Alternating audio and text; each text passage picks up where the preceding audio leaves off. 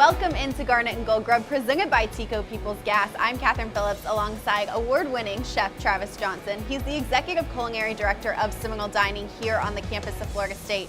And he's going to walk us through a delicious game day recipe today. Chef, what do you have for us? Today we're going to do a southern staple, white beans. Okay. White beans and rice. And we're going to talk about the preparation of the beans and layering of ingredients and how to make this just a staple for you on game day.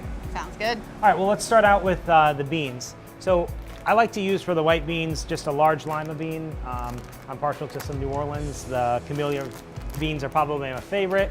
And so when the beans start out, you notice they're pretty small, and if you feel them, they're pretty dense. Oh yeah. And so to get these prepared, what we do is we soak them overnight. And there's a lot of different methods for it. You can soak them for 4 hours, 8 hours, or 24 hours. These we soaked for about 16 hours overnight. They're massive. Yeah, and you can see here how they almost tripled in size, and see how they're a little bit softer? Yeah. So these are ready to go. Okay. So we have the cast iron on. As that warms up, we're gonna start out by adding the ham. Now, what are the benefits of using natural gas here? Natural gas is a huge benefit in cooking. Definitely the control of temperature and the heat. There's a lot of variations for using white beans or other traditional recipes like red beans or gumbo. That when you're cooking, you want that high heat right away to caramelize all your vegetables and bring out all those flavors and sugars. And then you want to be able to control that heat and turn it down on low to simmer all day long to really build that flavor. So right now you can hear it's on medium-high. All we're going to do is just brown the ham. So we're going to cook it for probably 2 or 3 minutes or so.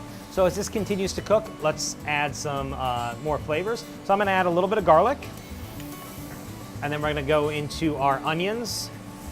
And we always add the onions first because they're going to take a little bit longer to cook. And we want to bring out the sugars as they caramelize. And the onions are going to turn a little bit translucent in color. So we'll go ahead and allow this to cook for another 1 to 2 minutes. All right. Now let's layer in our peppers. And today we're working with both a traditional red and green bell pepper, which is gonna add a little bit of color and some flavor. Next, I'm gonna add our celery. So this is all coming together. You can start to smell it. We're gonna go ahead and add the beans to the mixture. Turn the heat down on low. And we're gonna let this cook for 1 to 2 hours. Okay. And the beans are gonna continue to cook down. And when we come back and look at this recipe after cooking for a couple hours, you'll see how the color changes in the beans and how it becomes a little bit more creamy as the beans start to break down. So I'm gonna go ahead and turn this on low, and then we're gonna start our rice. Okay. And so today we've done it's a fragrant aromatic brown rice because we wanna be a little bit healthier. And always look at your ratios. This particular rice is a 1 part to 1.5 part water. So 1 cup of rice to 1.5 cups water. And we'll go ahead and just get this started. And we want to bring the water to a boil. All right, now that we brought the water to a boil, we're gonna go ahead and mix in our rice. And once we add the rice, we just want to give it a good stir. We don't want any of the rice to stick to the bottom. Okay. One thing with rice is always follow the directions. Look at the ratios and understand the water to rice ratio.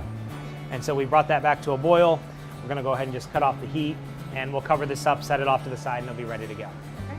All right, let's take a look at these beans. The beans have been cooking for about 2 hours now, and you see how they continued to cook down?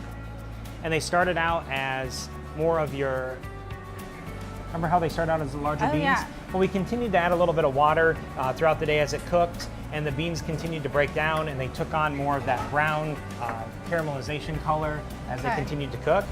And you can let these go even longer. I like to set the beans on for probably 4 or 5 hours. So if it's a night game, start them early in the morning, walk away, and they're ready to go. So the secret to this is just patience. It's patience and time. Okay. Yeah. So the beans I like to finish with a little bit of fresh collard greens, just to give it some color, and then add another layer of flavor. So we'll add some collards.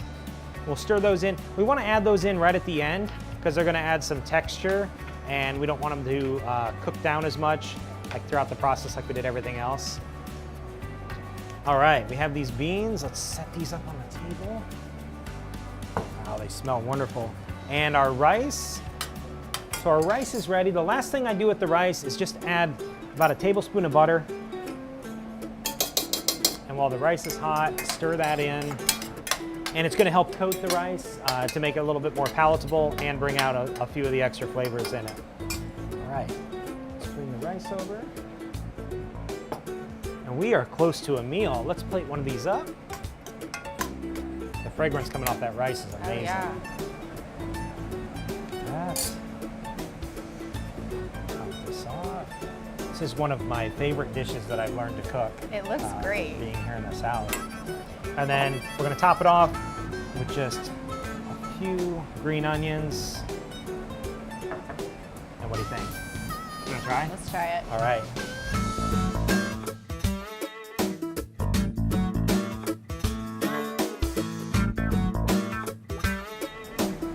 That's Love it. patience. Patience and That love. is good. Patience and love. For full details on this recipe and more information on how you can incorporate natural gas at home, at your business, or at your next tailgate event, go to peoplesgas.com/cooking.